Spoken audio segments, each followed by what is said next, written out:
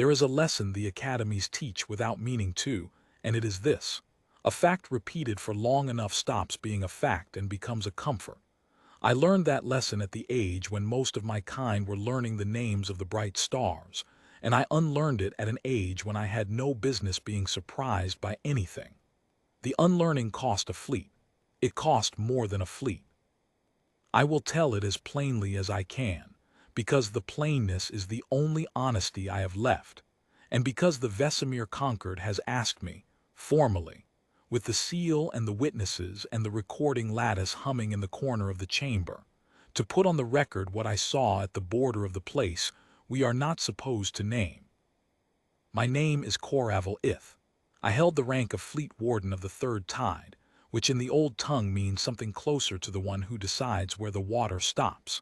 I am of the Vesemir, who are a long-lived people, slow to anger and slower to admit error, and I have spent the greater part of my life believing that the universe was a thing that could be charted, sorted, and filed. I believe this the way you believe the floor will be there when you set down your foot. I do not believe it anymore. I believe instead that there are regions of the chart where the cartographer's hand should shake, and that the only wisdom worth the name is knowing where those regions are and keeping your fleet on the far side of them. I want to be careful about how I begin, because the beginning is where the comfortable lie lives, and I do not want to pass it on to whoever reads this after me. When I was young, the humans were a joke. That is the truth of it, and it shames me to write it. In the academies of the Vesemir and the long galleries where the cadets are taught the shape of the inhabited galaxy, there was a blank place on the great projected chart. It sat in one of the spiral's lesser arms, an unremarkable smear of stars, and across it the old cartographers had written nothing at all. No name, no designation, no survey index, just a void in the lettering, an absence shaped like a wound. The instructors had a way of dealing with that absence. They would gesture at it with the back of a hand, the way you wave off a smell and say, "That is human space. We do not go there." And some bold cadet, there is always a bold cadet, would ask why, and the instructor would smile the thin smile of an adult who has decided a thing is beneath explanation and say, "Because of the old stories." The old stories, as if that settled it. And in a way it did, because we were children, and children accept that some doors are locked without needing to know what is behind them. We grew up with the blank place on the chart the way you grow up with a closed room in a large house, a room nobody enters, a room that becomes less mysterious with each passing year precisely because nothing ever comes out of it. By the time I was a cadet of standing, the blank place had stopped being frightening. It had become quaint asterisk, a relic of a more superstitious age. We were the Vesemir of the modern conquered. We had instruments that could read the chemistry of a world from across a sector, weapons that could unmake a moon, archives that held the catalogued bones of 10,000 dead species. We did not believe in monsters under the chart. The humans, we decided, were the galaxy's oldest lie, a story the elder species told to keep the young ones humble, a campfire tale dressed up as history.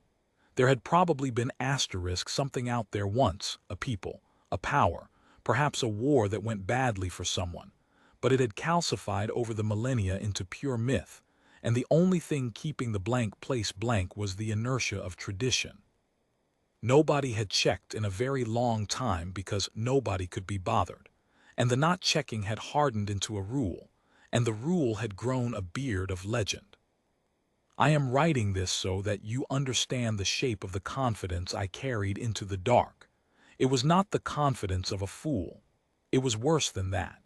It was the confidence of an educated person who has mistaken the limits of his catalog for the limits of the world. I rose through the conquered's tides the way water rises without drama, by filling the space available. I was a competent officer and an unimaginative one, and in a long-lived, slow-moving institution, those are the qualities that get you a fleet. By the time the matter of the blank place came before the conquered again, I was fleet warden of the Third Tide, and I had under my hand 60 vessels and the better part of 40,000 crew, and I had spent 2 centuries quietly believing that the old cartographers had been frightened of nothing. The matter came before us because of an absence. I want to dwell on this, because it is the part that should have warned me and did not. The Concord's attention was drawn to human space not by anything that came asterisk out of it, but by the steady, decades-long pattern of things that went asterisk in and were never heard from again. It started, as these things do, with someone else's problem. A second-tier power on the far rimward edge, the Hetch, a brash, expansionist people we regarded with the polite contempt the established feel for the ambitious, had begun probing the margins of the blank place. The Hetch did not have our archives. They were young, galactically speaking. They had risen to starflight in a handful of millennia, and they carried the certainty of the newly powerful, which is the most dangerous certainty there is. To the Hetch, the blank place was not an old story. It was unclaimed territory. It was asterisk opportunity. The Hetch sent surveyors. The surveyors did not return. The Hetch, being Hetch, interpreted this not as a warning but as an insult and sent a punitive squadron. The punitive squadron did not return. The Hetch sent a fleet. I will say this once and then I will not embellish it, because the niche of horror I am describing is not the kind that wants embellishing. The Hetch fleet did not return. None of it. Not a survivor, not a beacon, not a fragment of debris drifting back across the line on the slow tide of the local current. The Hetch sent 41 warships across the boundary of human space, and the galaxy received in reply a silence so total that it took the Hetch government 3 years to admit, even to itself, that the silence was an answer. The Conquered followed this the way one follows a neighbor's misfortune, with interest, with sympathy, with a quiet and shameful relief that it was happening to someone else.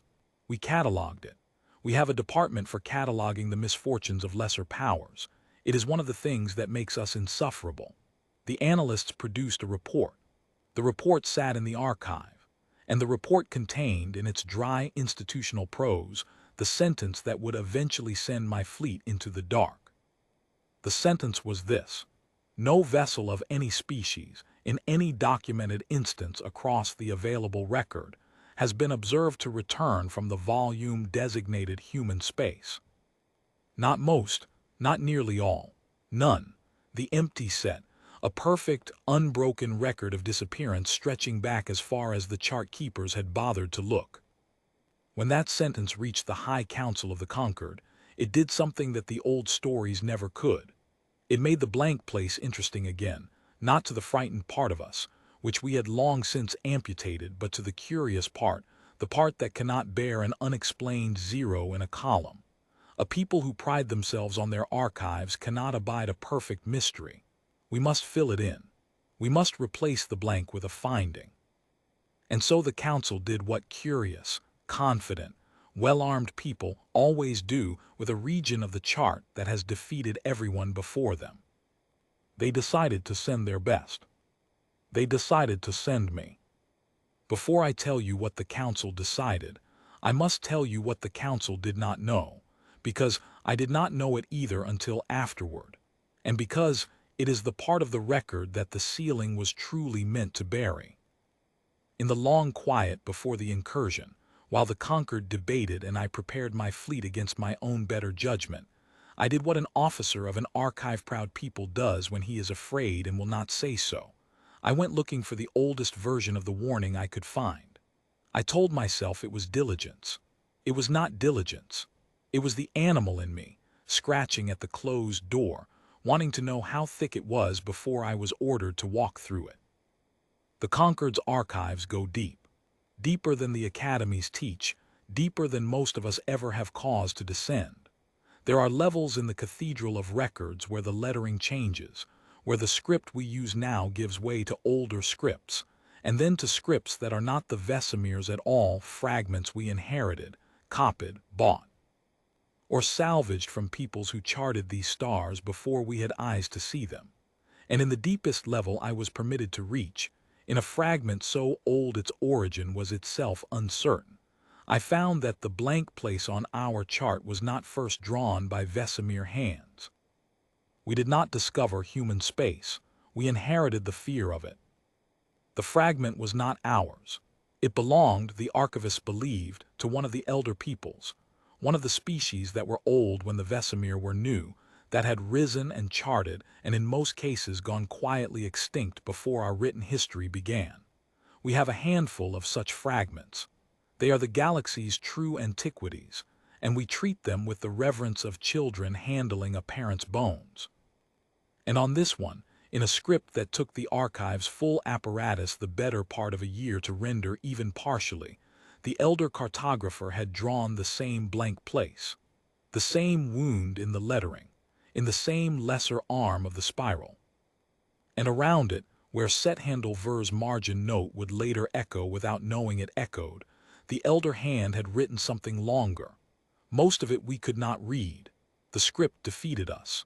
But 3 of its marks rendered cleanly, and the archive translated them, and I copied them out by hand and carried them with me into the dark, and I have them still. The first mark meant *boundary*, which we expected. The second mark meant *old*, which we also expected, and which we read at first as the elder cartographer describing the boundary as ancient, until the archivists, with the caution of their kind, noted that the mark could equally modify the thing beyond the boundary, that the elder hand might not have been calling the line old. It might have been calling the occupants old, older perhaps than the elder species itself. And the third mark we could not translate at all, except to say what it was not. It was not a word. It was a cartographer's notation, of the kind a mapmaker uses to mark the nature of a region, the marks that say deep water or no air or do not land. But it matched no notation in any key the archive held, in any of the dead scripts, in the whole accumulated cartography of every charting people we had ever catalogued. It was a warning symbol for a category of place that no cartographer in the galaxy's recorded history had needed a second time. A symbol used once, by a hand older than ours, and never reused, because the people who might have reused it did not survive to make a second map. I asked the senior archivist what she thought it meant.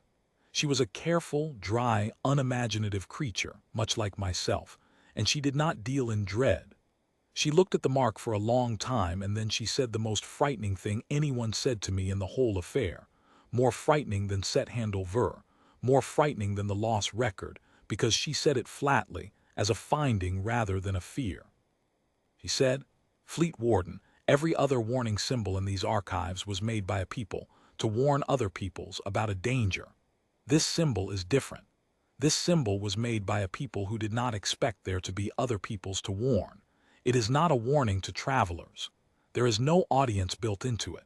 It is a note the cartographer made to himself *, the way you would note a thing you never expected to have to explain because you never expected anyone to come this way again. And then his people vanished from the record entirely, within a span our dating cannot resolve. I do not know what the mark means, but I know that the last hand to use it did not get to use anything else for very long afterward. I carried that into human space. I want it understood. I did not go in ignorant of the depth of the thing. I went in * knowing that the fear of the blank place was older than my own people, that we had inherited it from the dead, that the dead had inherited it from someone older still, and that somewhere at the bottom of that inheritance was a cartographer who had marked the place with a symbol he never expected to explain and then was never heard from again. I knew all of this. And I went anyway, because the council had voted, and because I had argued from procedure instead of from fear, and because I had spent 2 centuries mistaking the limits of my catalog for the limits of the world. That is the deepest layer of it, and the layer the ceiling was truly meant to keep from the cadets, not the simple fact that humans destroy fleets, which is frightening but survivable as knowledge, but the harder fact underneath it. That the humans frightened the species that built our archives, and that the very oldest hand to chart that region used a symbol for it that exists nowhere else in the recorded galaxy, and that we do not know, and may never know, whether that symbol was a warning about the humans, or about something the humans themselves were placed there to keep. I did not want it. I want that on the record too, though it does me little credit, because not wanting a thing and refusing it are different acts, and I performed only the first. I argued against it in council, but I argued badly, because I argued from procedure rather than from fear. I said the volume was poorly charted, that the loss record was anomalous, that the prudent course was further remote survey before any crude incursion. These were reasonable objections, and they were entirely beside the point, and the council answered them reasonably and beside the point, and in the end I was overruled by my own institution's appetite for closure. The conquered did not want prudence. It wanted to be the people who finally went into the blank place and came back with the answer. It wanted to retire the old story by replacing it with a survey index. There was a counselor, old even by our standards, a withered creature named Sethandle Ver, who had outlived 3 of his own clades, and who spoke so rarely that when he spoke, the chamber went still out of pure surprise. He spoke that day. He was the only one who did not address the question of how the incursion should be conducted. He addressed the question of whether. I remember what he said, because it is the only thing said in that chamber that turned out to be true, and a true thing in a room full of confident people has a way of lodging in the memory like a splinter you cannot work out. He said, "We did not draw the blank place out of ignorance. We drew it out of knowledge, and then we let the knowledge die so that we could be comfortable. The cartographers who left that volume unlettered were not lazy. They were merciful. They were sparing us the lettering. And now we have lived so long in the comfort of the blank that we have mistaken the mercy for an oversight, and we propose to correct it." He said, "I will not stop you. I am too old and you are too sure. But I will say what the old charts say in the margin in the script we no longer teach beside that blank place. It says, 'Here the tide runs one way.' Whatever that meant to the hand that wrote it, it did not mean opportunity. It meant things go in, things do not come out. And we, who have spent our long lives congratulating ourselves on our archives, have an entire archive that tells us exactly this. And we have decided to read it as a puzzle instead of a warning."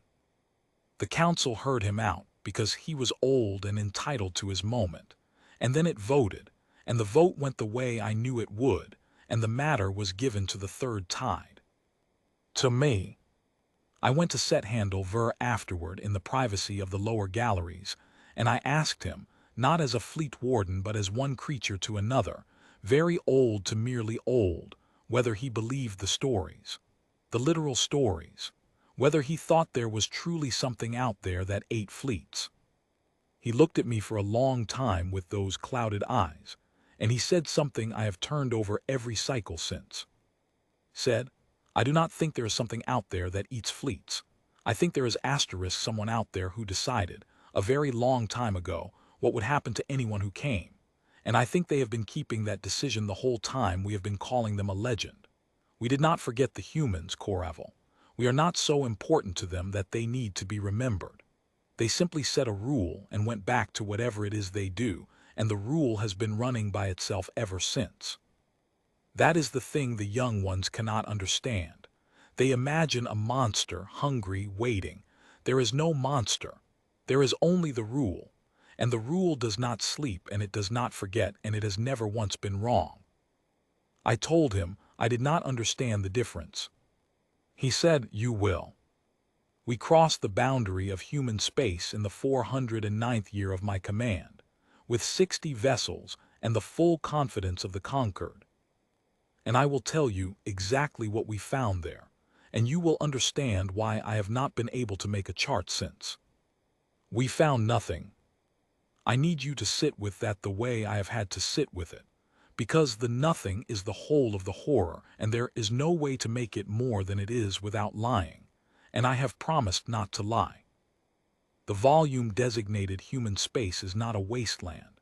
It is not a graveyard. It is not a ruin scattered with the wreckage of the fleets that went before us, though some part of me had braced for that, had half expected to cross the line and find a debris field, a slow vast drift of dead Hetch warships and the surveyors before them, All the missing finally accounted for in one great cold museum of arrogance. There was none of that. The Hetch fleet was not there. The Hetch surveyors were not there.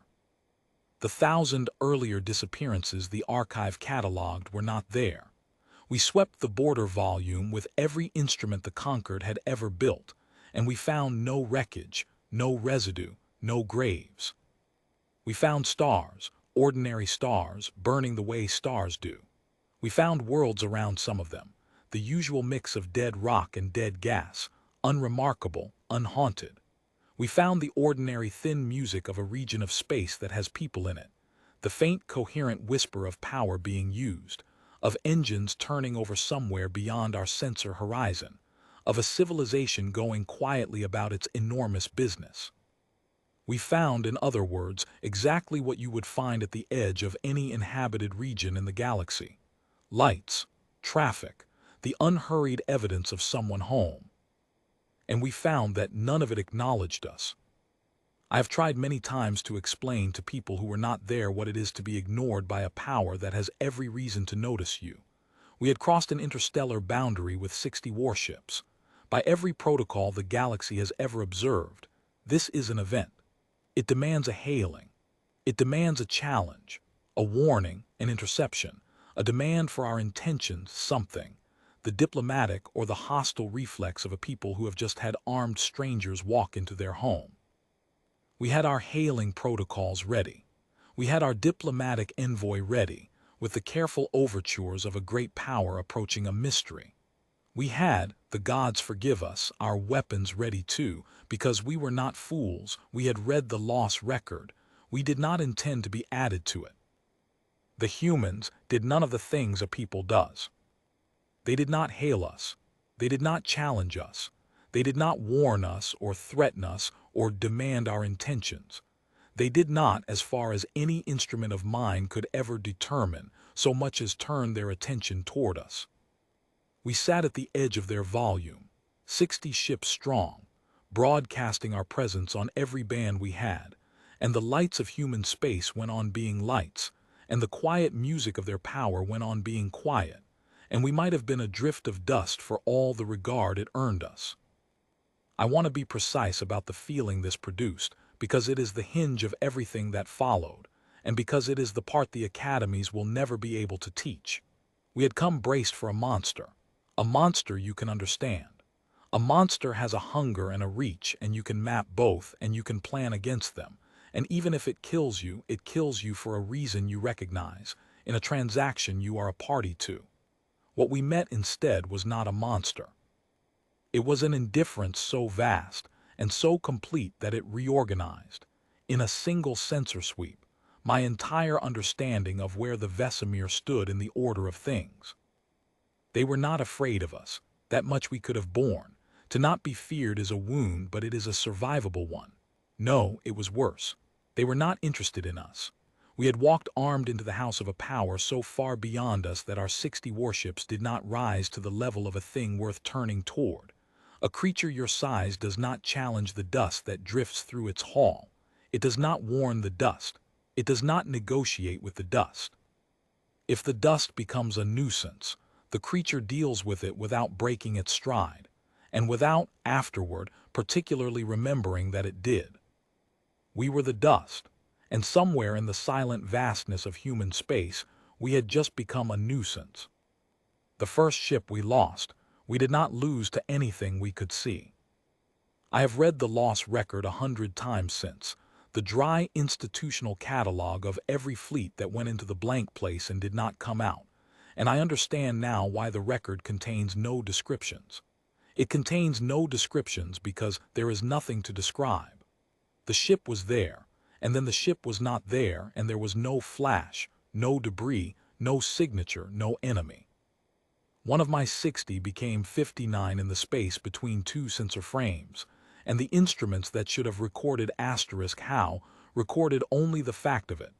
A vessel present, a vessel absent, and in between a gap too small to hold an explanation. I did what a fleet warden does. I ordered the fleet to close formation, to raise every defensive measure we had, to bring all sensors to bear on finding the thing that had done it. We were the third tide of the Vesemir conquered. We did not lose ships to nothing. There would be a cause, and we would find the cause, and we would answer it. We found no cause, and while we were looking for the cause, we became 58, then 55, then 49. Understand, there was no battle. I have commanded in battles. A battle has a shape, a tempo, a direction. It has an enemy who wants something and acts to get it, and even in the chaos there is a logic you can feel under your hands like a current. This had no shape. This was not an enemy attacking my fleet. This was my fleet being reduced, quietly, methodically, the way you might reduce a number by crossing out figures, without urgency, without malice, without any particular attention at all. The humans were not fighting us. I am as certain of this now as I am of anything. We had not risen to the level of a fight. We were being removed the way you remove a stain, and the removing was being done by something that did not consider the removal worth doing quickly. My officers, those I had left, wanted to strike back. The instinct is sound. It is the instinct that has kept the Vesemir alive across the long ages. Find the source and answer it. But you cannot answer an indifference. You cannot fire on a power that has not bothered to fire on you. We had nothing to aim at. The lights of human space burned on, untroubled, and one by one my ships went out, and I gave the orders a commander gives: evasion, dispersal, the desperate geometry of trying to make 60 disappearances harder than one, and the orders meant nothing, because you cannot evade a thing that is not chasing you. It was not chasing us. It was simply, in its own time, getting around to us. 49 became 30. It was somewhere in that long reduction, with the bridge of my flagship gone quiet in the particular way. A place goes quiet when everyone in it has understood the same terrible thing at the same moment, that I finally heard the only communication the humans ever sent us. It was not a hail. It was not a warning. I have thought about this endlessly, and I have concluded that it was not even meant for us, that we intercepted it the way the dust intercepts a stray beam of light, by being briefly and accidentally in the path of something not directed at it. It came across a band we used for our own internal traffic, which should have been impossible, which should have been a band no human instrument would have any reason to know we were using. It was a single packet of data, almost nothing, and when our linguists pulled it apart in the years afterward, they found it was not even a message. It was a * log entry, a routine notation of the kind a watchpost officer makes 1,000 times in a career and forgets the moment it is filed.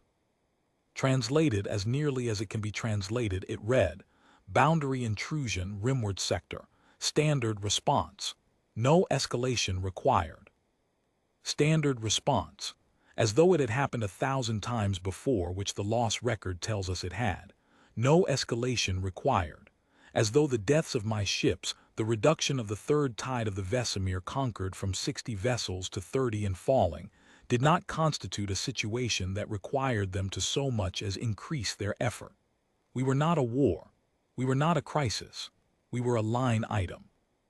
We were the routine intrusion that gets the routine response, and does not get written up beyond the single sentence that confirms the routine was followed. That is the moment I understood set handle ver. There is no monster. There is only the rule. The humans had not built a fleet to destroy us. They had not roused a defense, marshaled a power, made a decision about the third tide.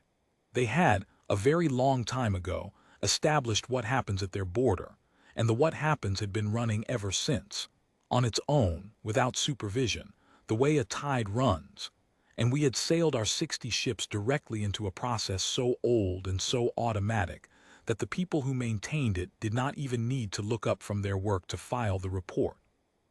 I gave the order to withdraw, 30 ships.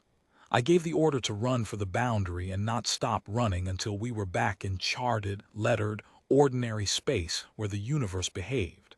And then, because there was nothing else a commander could do, I did the one thing left to a commander whose orders have stopped meaning anything. I looked at my people. I should say something here about the crew, because a fleet is not a number of vessels. It is a number of lives, And the account so far has spoken of ships the way the lost record speaks of them, as figures crossed out. And that is a mercy I am allowing myself and should not. There were 40,000 of us when we crossed the line. I had served with many of them for the better part of a century. The Vesemir are long-lived and our crews are slow to turn over, and a fleet held together for 200 years becomes a thing more like a family than an institution, though no Vesemir would say so aloud. I knew the names. I knew the clades. I knew which of my captains was prone to caution and which to daring, which of my navigators had the gift and which merely had the rank. And one by one, in the long, indifferent reduction, I watched the names go out, and there was nothing in any of it that let me grieve them properly, because grief needs a story, a how, a why, a last stand, a thing they did or failed to do, and the rule gave us no stories. It gave us only absences. One frame a ship was there, full of people I knew, and the next frame it was not, and there was no flash to mark the place where 40,000 became 39,000 and then less, and you cannot hold a vigil for a number that simply got smaller. That is its own particular cruelty, and I did not understand until I was inside it that it was a cruelty at all. To die in a battle is terrible, but it is legible. Those who love you can be told a shape of it. To be reduced, to be crossed out by a process that does not consider you worth the dignity of a cause of death, leaves nothing for anyone to hold. The families of the third tide were told, eventually, that their people were lost. They were not told how, because there is no how. They were told a region of the chart, and a date, and the single word lost, and that word has had to carry everything, because the truth, standard response, no escalation required, is sealed in the record I am told will never open. The ship I survived on went quiet, as I have said, in the particular way a place goes quiet when everyone in it has understood the same terrible thing. But I want to be exact about what the quiet was, because I have heard it described since by people who were not there as despair, and it was not despair. Despair has heat in it. Despair rages and weeps and refuses. This was colder than despair and worse. It was the quiet of a crew that has correctly understood it is not in a fight. You can despair against an enemy. There is dignity in it, but we had no enemy. We had a process. And there is no posture a thinking creature can take against a process that does not regard it, no defiance it can register, no plea it can hear, no bargain it can be offered. The crew went quiet because they had each, privately, arrived at the bottom of the same equation, and the bottom of it was this: nothing we do is an input. We are not a variable they are solving for. We are a number being tidied, and the tidying will finish in its own time, and our only remaining choice is the posture in which we wait for it. Most of them chose to keep working. I will say that for my people, and it is the thing I am proudest of and the thing that haunts me most. They kept their stations. They ran the evasions I ordered, knowing the evasions meant nothing. They maintained the ship that was carrying them to a reduction they could not prevent, because the alternative was to stop being a crew, and they would not stop being a crew, even at the end, even knowing. I have wondered since whether that was courage or merely the deep habit of a people who have spent their long lives believing the universe could be charted, holding to the last to the procedures that the universe had just finished teaching them were beside the point. I do not know. I do not think the difference matters to the dead, but it mattered to me, on that bridge in that quiet, and it matters to me now, that when the rule came for the third tide, it found my people at their stations. You have read the title of this account, so you already know the shape of the ending. I am not telling you anything you have not guessed, but there is a difference between guessing a shape and standing inside it, and I am the only one who stood inside this one and came back, so let me finish. We ran. 30 ships ran for the boundary of human space with everything our engines could give. And here is the part that the survivors of lesser disasters never have to reckon with, the part that has made me unfit ever to command again. The running did not matter either. I had thought in the desperate animal core of me that the boundary was a line, that human space had an edge, and that if we could only reach the far side of the edge we would be **, beyond the reach of the rule, back in the ordinary galaxy. This is what the chart had taught me. The chart drew a boundary, and a boundary is a line, and on the far side of a line you are safe. The chart was a comfort, and the comfort was a lie, and I learned the depth of the lie in the long days of that withdrawal, because the rule did not stop at the boundary. 30 became 20. We were still inside the volume. 20 became 11. We had crossed what the chart called the edge of human space, and the reduction continued, unhurried, indifferent, exactly as before, because the chart's edge was a thing the Vesemir had drawn and the humans had never agreed to. The line on the chart was where we had decided to stop. It was not where they had decided to stop. They had decided to stop wherever they pleased, and it pleased them to stop somewhere well beyond the polite boundary our cartographers had inked, in the place where the tide finally finished running. Set handle Ver's margin note. Here the tide runs one way. I had read it as a warning about going in. It was a warning about coming out. The tide runs one way. Things go in. Things do not come out. And the boundary the humans enforce is not the boundary on our chart. It is the boundary of the survivor's will to flee, and the rule follows you across the chart's pretend edge and keeps following until the fleet that should not have come is gone. 11 became 3. I do not know why I survived. I have spent the rest of my life not knowing, and the not knowing is its own kind of sentence. I have a theory, and I will set it down, but I want it understood as a theory and not as a fact, because the one thing I learned in human space is the difference between the two, and I will not pretend to a fact I do not have. I think they let me go. Not the 3 ships. 3 became 1 in the last hours, and I do not think the other 2 were spared anything. I think they were simply reduced like the rest, in their turn, with the same indifference. But the last ship, my ship, the flagship of the third tide with its fleet warden aboard and a crew of survivors who had stopped speaking days before, that ship they let cross the true boundary and live. And I do not think they let it live out of mercy, because mercy implies a regard for us that nothing in the entire encounter ever suggested they felt. I think they let it live for the same reason a person, having dealt with an infestation, leaves one specimen where the others can find it. I think we were not spared. I think we were asterisk posted. A notice. A single ship sent limping back across the line, carrying a fleet warden who would do exactly what I am doing now, testify and warn, and refresh the legend that 2 centuries of comfort had let us file away as a story for children. The humans did not need to destroy the conquered. They needed only to send 1 ship home with 1 creature aboard who had finally understood the rule, and let that creature do the rest. We had decided the blank place was an old lie. They returned us the truth, in a vessel just large enough to carry it. I made my report to the conquered. The High Council heard it the way the High Council hears everything, with grave faces and careful questions. And at the end of it, they did the thing I had known they would do, and had dreaded the whole long way home. They confirmed the designation. They voted formally to restore the blank place to the chart, not as a survey index, not as an explained volume with a finding attached, but as the absence it had always been. They voted to letter the margin in the old script, the script we no longer teach, with the note the ancient cartographers had left and we had mistaken for an oversight. Here the tide runs one way. And they voted, against my objection, to seal the full record of the third tide's incursion, to keep the comfortable lie alive for the cadets, to let the next generations grow up believing the humans were a story, because the council understood, as Set Handle Ver had understood, that a people cannot live pressed up against a truth that large. We need the blank place to stay blank. We need the room to stay closed.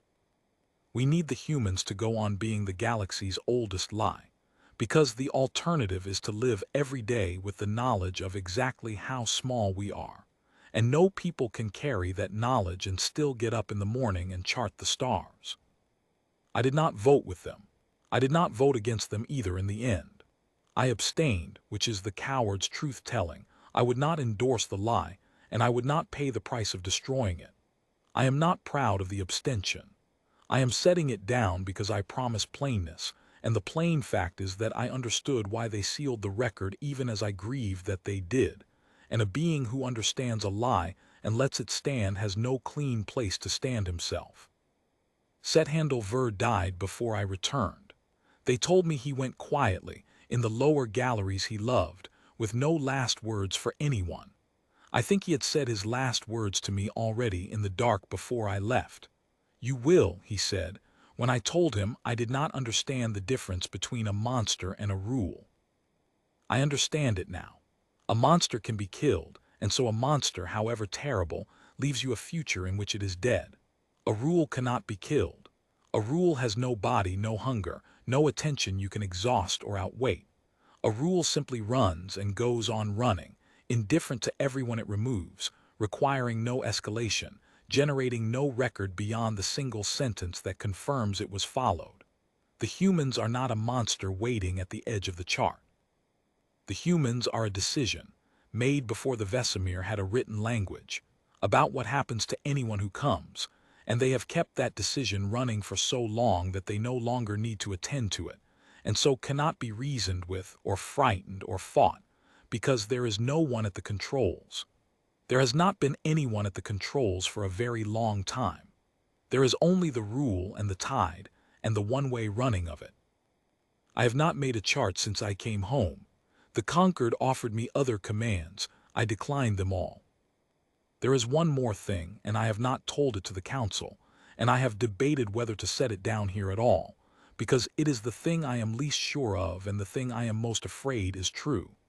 But I promised plainness, and a witness who keeps back the worst of what he saw is not a witness. He is an editor, and the galaxy has had enough editing of this matter to last another age. So I will set it down, and you may weigh it as you choose. I told you the humans never turned their attention toward us. That is true as far as it goes, and it is the truth I gave the council, and it is the truth that should be enough. But there was one moment in the last hours when my fleet was 3 ships and becoming 1, when something in human space asterisk did turn toward us. Not the rule. The rule has no attention to turn. That is its whole nature. This was something else. For the span of perhaps a single breath, every instrument I had left registered the same impossible thing at once. A regard, a pressure, the unmistakable sensation, which every creature that has ever been prey knows in its marrow, of being looked at by something that had, until that instant, not considered you worth looking at. It did not last. It was gone before my instruments could fix it, before I could be sure I had not invented it out of terror. And when it was gone, the last 2 ships were gone with it, and only mine remained, crossing the true boundary into the dark, posted homeward like a notice nailed to a door. Here is what I am afraid of, and here is why I kept it from the council. The regard did not feel like a human regard. I cannot tell you how I know this. I have no science for it, no instrument treating I can lay before a court, only the testimony of a creature who has spent his long life in the dark, and has learned the difference between the gaze of a hunter and the gaze of a thing that does not need to hunt. The rule that crossed out my fleet was indifferent, automatic, the running of an old tide. But the regard in that single breath was not asterisk indifferent. It was older than indifference, older I think than the humans themselves, and it was curious asterisk. The way the senior archivist's vanished cartographer must have been curious, and it was looking at me, the one ship being let go, with something I can only call recognition. As though it had seen my kind before. As though it had seen everyone's kind before. As though the humans were not the thing the elder cartographer's symbol warned of, but the wardens of it. And for one breath, the thing behind the wardens had glanced up from its long work to watch the notice go home, and to make sure I understood that I had been asterisk permitted asterisk. And by what? I do not know if I invented it. I have told myself 10,000 times that I invented it, that a terrified creature at the bottom of the worst hours of his life will manufacture a final horror to give the meaningless a shape. That is the rational reading, and I am a rational creature, or was. But I copied the elder cartographer's 3 marks by hand and carried them into the dark boundary, old, and the symbol used once and never again. And in that single breath of regard I understood, or believed I understood, what the third mark meant. It was not a warning about the humans. The humans are the second mark, old asterisk, the occupants, older than the elder species that feared them. The third mark, the one for a category of place no cartographer ever needed twice, was for the thing the humans were set to keep. And the keeping has held for so long, and so well, that the galaxy has had the luxury of forgetting there was ever anything to keep, of reducing the keepers themselves to a blank place on a chart, and the blank place to an old story, and the old story to a lie we tell the cadets to keep them humble. So when I tell you the most merciful thing such a power ever does is to leave a region of the chart unlettered, understand that I may be speaking of a mercy twice over. The humans spare us the lettering of asterisk them. And the humans, by being there, by holding the line they have held since before our archives, spare us the lettering of the thing they hold, the thing the elder cartographer marked once and never again, and then was never heard from. I do not know if this is true. I pray it is not. But I have set it down, because the council sealed the record, and a sealed record is a wager that the danger will stay where it was put, and I am no longer a creature who believes the dark stays where you put it. I cannot draw a line on a chart anymore without thinking of the line the cartographers drew around human space, and what it cost us to learn that it was not a line they drew to keep the humans in. It was a line they drew to keep asterisk us asterisk out, drawn in mercy by hands that had already paid to learn where the tide ran, hands that chose to spare us the lettering, and let us call it a story, so that we could go on believing the universe was a thing that could be charted. It cannot. There is at least one place where the cartographer's hand should shake. I have been there. I have seen the lights of human space burn untroubled while my fleet was crossed out around me like a column of figures someone was tidying. I have intercepted the one notation they ever made of us, standard response, no escalation required, and I have carried it home in a ship I am now certain was posted rather than spared. So here is my testimony, for the record the conquered will seal and the cadets will never read. We called the humans the oldest lie in the galaxy. We were wrong.